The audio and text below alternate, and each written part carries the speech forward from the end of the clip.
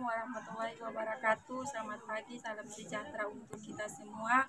Nama saya Hafifah Rahman, mahasiswa PPG dalam jabatan Angkatan 3 tahun 2023 Universitas Patimura Ambon, program studi sejarah dengan nomor peserta 2015 0918 7959 NIM PPG 2023 491 394. Sekian dan terima kasih. Kita pelajar prestasi, jujur dan mandiri, santun kata dan siap. Salam. Assalamualaikum warahmatullahi wabarakatuh. Terima kasih. Sebelum kita memulai pembelajaran hari ini, baiknya diawali dengan berdoa. Yang mau berdoa saya persilakan. Siap. Bagaimana itu berdoa? Bismillahirrahmanirrahim. Alhamdulillahirrahmanirrahim. Ar-Rahmanirrahim. Maliki yaumiddin. Iyyaka na'budu wa iyyaka nasta'in. Ihdinas siratal mustaqim. Siratal ladzina an'amta 'alaihim ghairil maghdubi 'alaihim waladdallin. Terima kasih sudah berdoa ini. Bagaimana kabar harinya, Nana? Baik. Terima kasih. Selanjutnya, sebelum memulai pelajaran, saya mengecek kehadiran kelas untuk hari ini. Ketua kelas yang tidak hadir, sakit, izin, apa ada? Tidak, Bu. Semua hadir, Bu. Semua hadir ya. Oke, terima kasih ketua kelas. Oke, selanjutnya kita akan membahas materi hari ini. Bisa dilihat pada tampilan layar.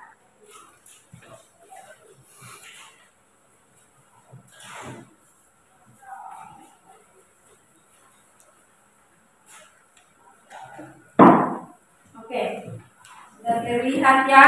Ya, Bu.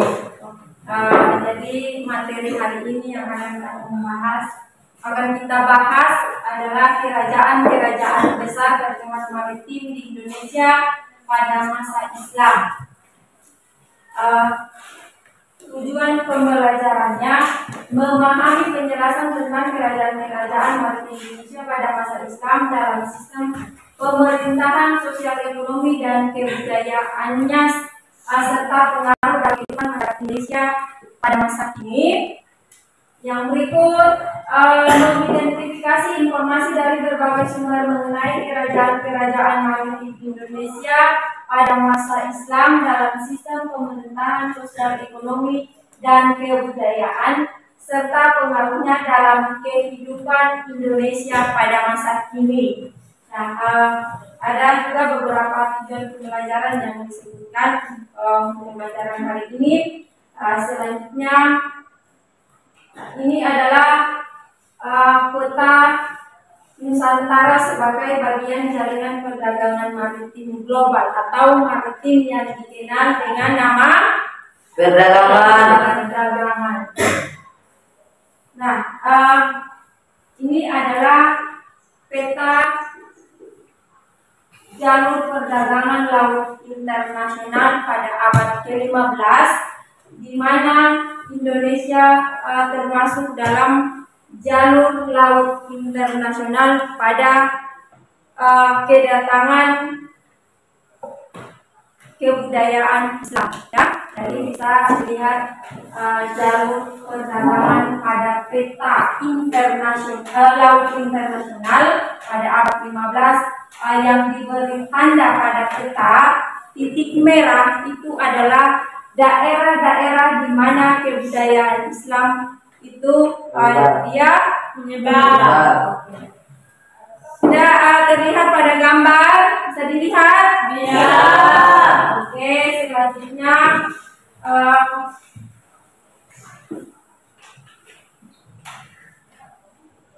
Indonesia merupakan kawasan strategis dan merupakan jalur perdagangan internasional yang bahkan terhubung hingga ke kawasan Eropa. Selain itu, letaknya yang berada di jalur India menuju Cina atau sebaliknya menjadikan Indonesia lebih strategis karena dilayari dan dilintasi para pedagang. Nah, jadi Indonesia ini merupakan kepulauan yang sangat strategis di mana pada jalur perdagangan itu dia melintasi kepulauan Indonesia. Nah, jadi di situ kebudayaan Indonesia dia menyebar. Oke, yang berikut ada beberapa saluran Islamisasi di kepulauan Indonesia dapat kita lihat melalui beberapa gambar. Diperhatikan gambar pada layar. Nah, ini adalah jalur-jalur yang dilalui oleh kebudayaan Islam, yaitu dengan melalui jalur perdagangan, jalur pendidikan, kesenian, perkawinan, tasawuf, dan melalui dakwah wali songo. Nah, pada gambar yang terlihat itu menunjukkan kebudayaan Islam itu dia menyebar pada gambar-gambar yang ada.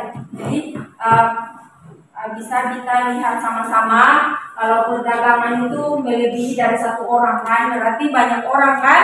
Begitu juga dengan pendidikan yang seperti sekarang. Nah, yang melebihi dari satu orang itu adalah merupakan tempat-tempat di mana kebudayaan Islam itu dia menyebar.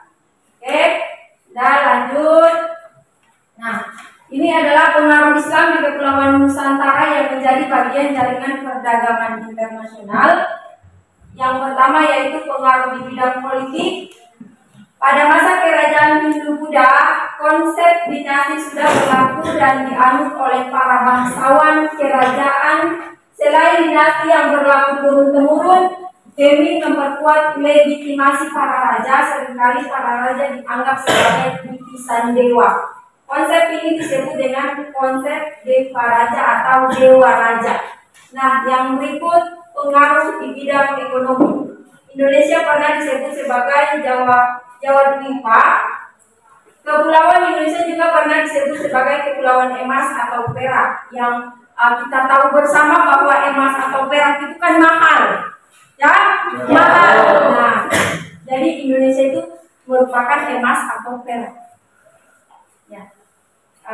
Kemudian selanjutnya pada peta kerajaan maritim di masa kerajaan Islam di Indonesia. Nah, ini peta kerajaan maritim atau peta kerajaan maritim atau perdagangan yang ada di masa kerajaan Islam di Indonesia. Nah, ini adalah daerah-daerah di mana perdagangan pada masa kerajaan Islam bisa terlihat pada gambar. Bisa terlihat? Ya. Oke. Yang berikut kerajaan Aceh. Kerajaan Aceh merupakan kerajaan kepulauan Indonesia yang besar karena adanya arus perdagangan laut internasional. Selain menjadi pelabuhan transit yang kemudian berkembang menjadi kota pelabuhan dan akhirnya kerajaan Aceh juga merupakan daerah penghasil yang mengekstrak hasil bumi dari kedalaman Sumatera bagian utara. Nah, itu adalah sedikit penjelasan terkait dengan kerajaan Aceh. Oke. Yang berikut, nah ini adalah peta wilayah kerajaan Aceh pada abad 16 sampai 18 Masehi, di mana kerajaan Aceh merupakan daerah yang daunnya itu merupakan salah satu jalur yang dilalui oleh kebudayaan Islam atau yang digunakan kebudayaan Islam untuk menyebarkan kebudayaannya. Oke, yang berikut terkait dengan kerajaan Demak. Nah, ini wilayah Demak dan telah memeluk Islam di Cina. Pada saat itu abad ke-15 Masehi, kota-kota pelabuhan di pantai utara Jawa telah tumbuh menjadi pusat aktivitas perdagangan internasional yang ramai. Nah, bisa dilihat pada gambar ini merupakan Masjid Demak yang ada pada Kerajaan Demak, yang merupakan yang nama masjidnya yang berasal dari seorang pimpinan atau seorang raja.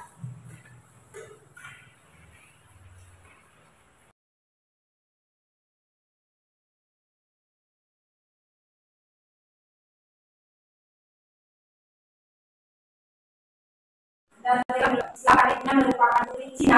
Pada saat itu masih telah tumbuh menjadi pusat aktivitas perdagangan internasional yang ramai keturunan Brawijaya yang dikenal dengan nama Raden Patah yang didalam sebagai Raja Demak pertama dan diangkat sebagai penulis utama dari kerajaan Majapahit. Nah, ini adalah Masjid Demak yang namanya itu berasal dari Raja Demak pertama. Dia turunan daripada kerajaan Majapahit. Oke, selanjutnya ini adalah arsitektur masjid yang menggambarkan tentang akulturasi atau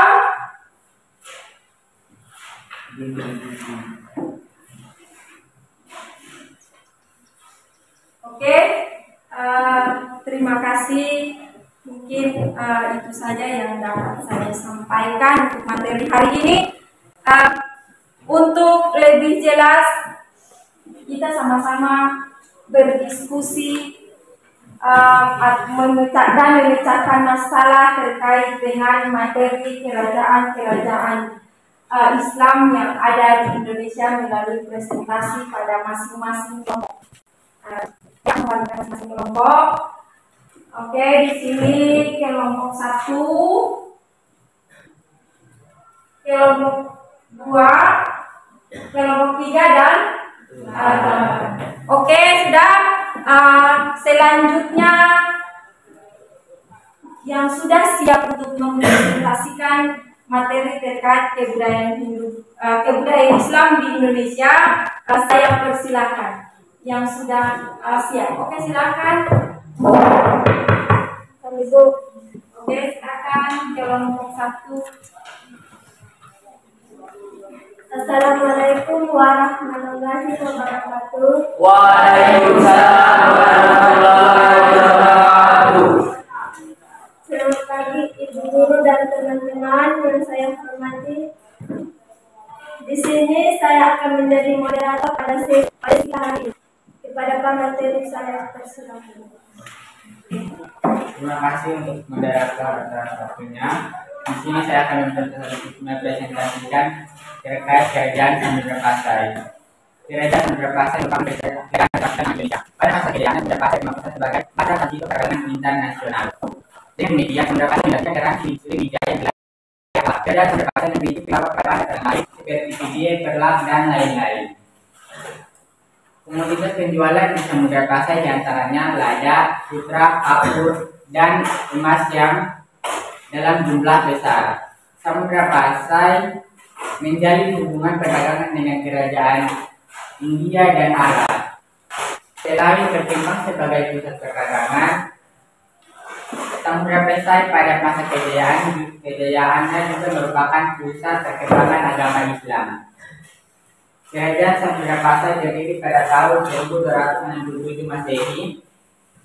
Setelah Raja Nurusilun masuk ke agama Islam dan berganti nama menjadi Sultan Malik Al-Saleh. Sultan Malik Al-Saleh memerintah Samudra Pasai pada tahun 1285 sampai 1297 Masehi.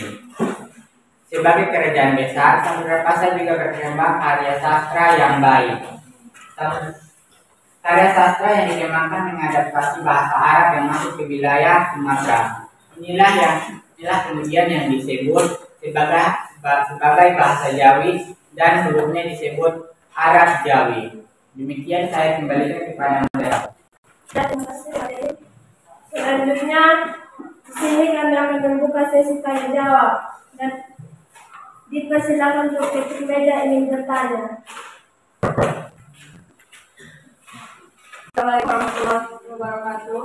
Waalaikumsalam warahmatullahi wabarakatuh.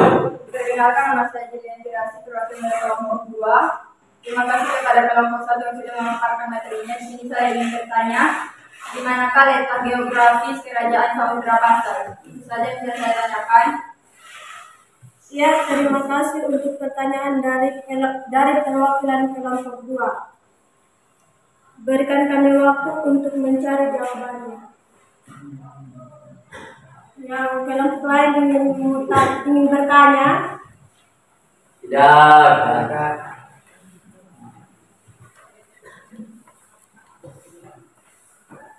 Tidak.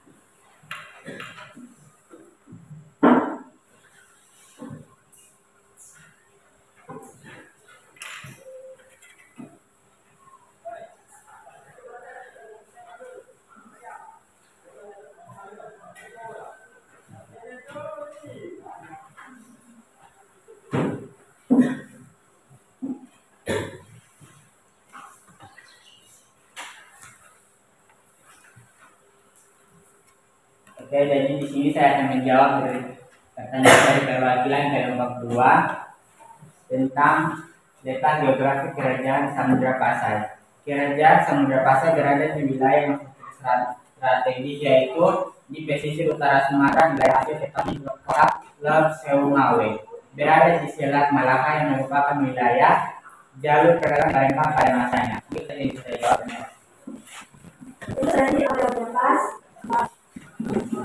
Terima kasih. Demikian persembahan hari ini. Wassalamualaikum warahmatullahi wabarakatuh. Waalaikumsalam warahmatullahi wabarakatuh. Terima kasih, kasih aplaus buat.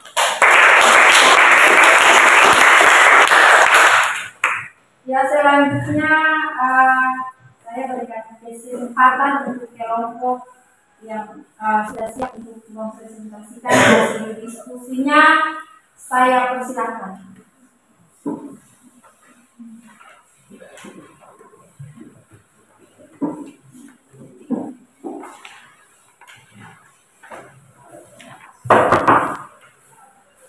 Oke, silakan kelompok 3.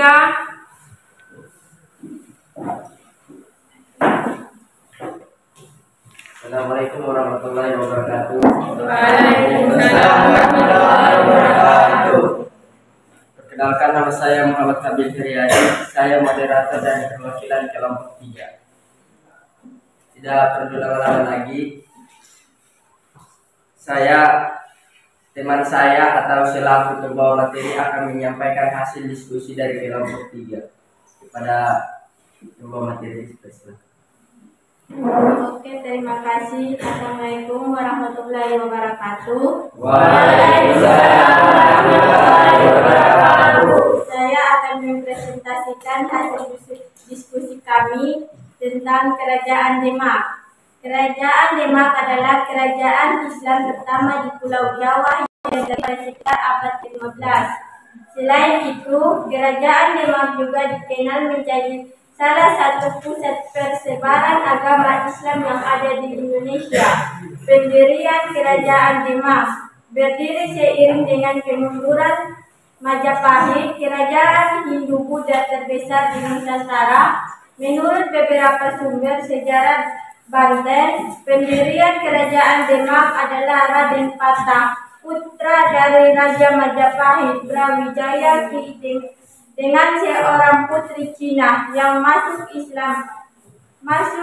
Raden Patah awalnya adalah adipati Palembang, namun kemudian pindah ke Demak dan mendirikan kerajaan Islam di sana pada tahun 1478 Masehi. Masa kejayaan Kerajaan Demak. terjadi pada masa pemerintahan Sultan Trenggono tahun 1521 sampai 1546. Putra dari Raden Patah, Sultan Trenggono berhasil memperluas wilayah kekuasaan Demak ke Jawa Timur dan Jawa Barat. Kemunduran dan keruntuhan kerajaan Demak dimulai setelah wafatnya Sultan Trenggono pada tahun 1546 Masehi. Ia tewas dalam sebuah pertempuran melawan kerajaan Blambangan di Panarukan Sutobondo. Demikian itu saya, selebihnya kembali ke moderator.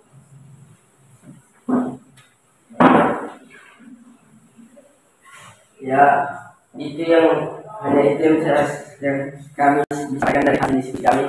Sekarang kami buka sesi tanya jawab bagi kelompok yang ingin bertanya, silakan ajukan.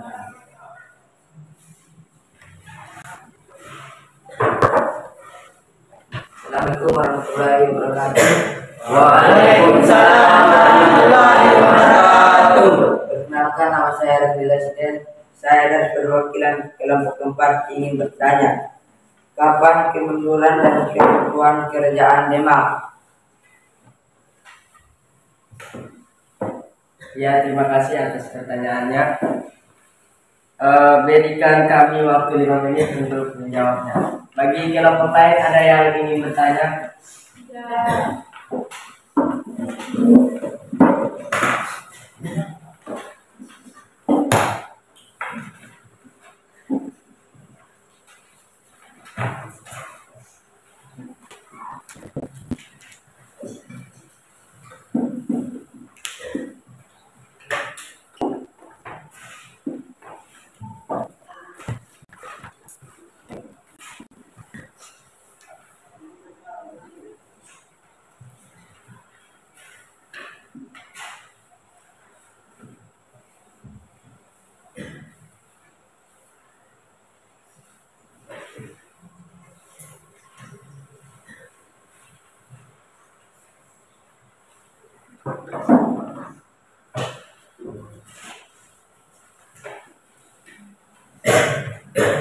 Oke, terima kasih. Saya akan menjawab pertanyaan dari kelompok 4. Kemunduran dan keruntuhan kerajaan Demak dimulai setelah wafatnya Sultan Trenggono pada tahun 1546 Masehi.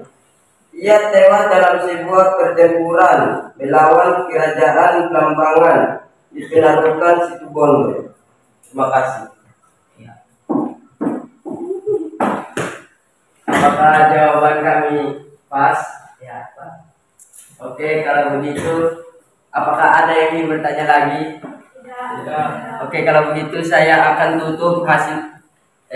tutup presentasi kami. Saya selaku moderator mengucapkan dan taufiq hidayah. Wassalamualaikum warahmatullahi wabarakatuh. Waalaikumsalam warahmatullahi wabarakatuh.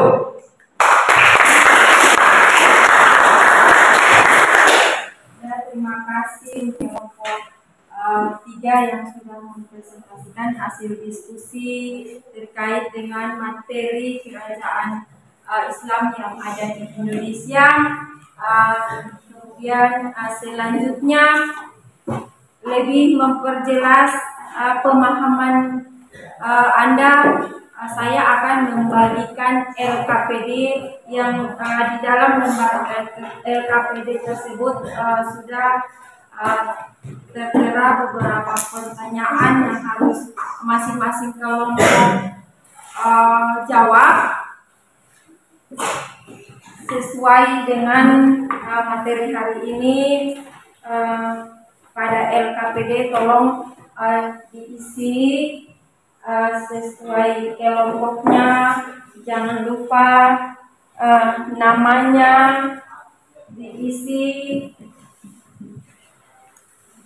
Oke, silakan kerja. Oke, saya beri kesempatan beberapa menit untuk menyelesaikan LKPD.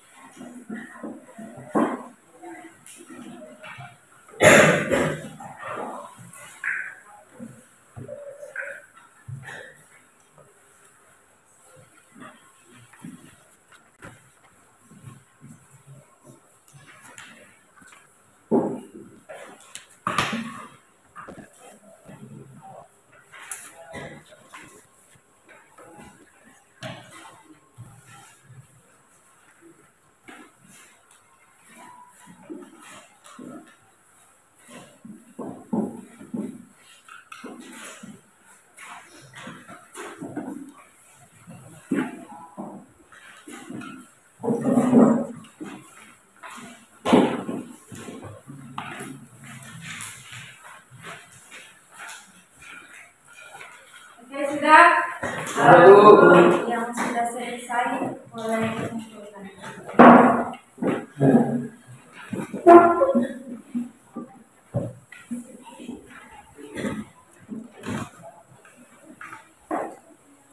Terima kasih atas kerjasamanya dalam penelitian KPD.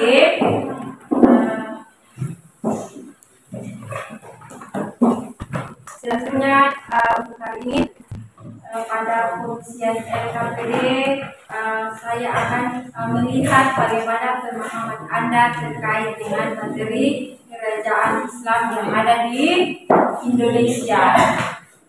Oke, dari materi yang sudah kita bahas sama-sama hari ini, dari pembahasan materi sampai pada diskusi sampai dengan pengisian LKPD, ada yang bisa menyimpulkan daripada materi hari ini. Saya beri kesempatan untuk menyimpulkan materi hari ini. Oke, yang sudah siap menyimpulkan saya persilakan.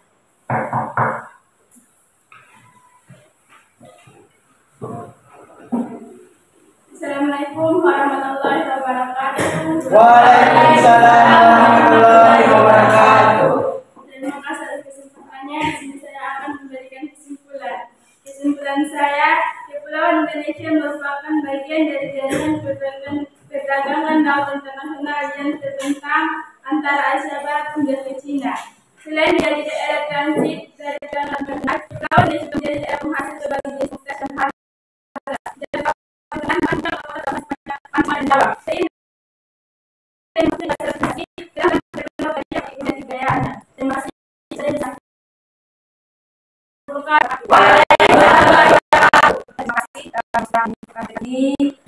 Terima kasih masing-masing kelompok yang sudah mempresentasikan hasil diskusinya. Selanjutnya untuk ke depan akan bahas materi terkait peristiwa penting di Eropa. Untuk menutup pembelajaran hari ini, kita akhiri dengan berdoa. Yang memimpin doa saya persilakan. Ya,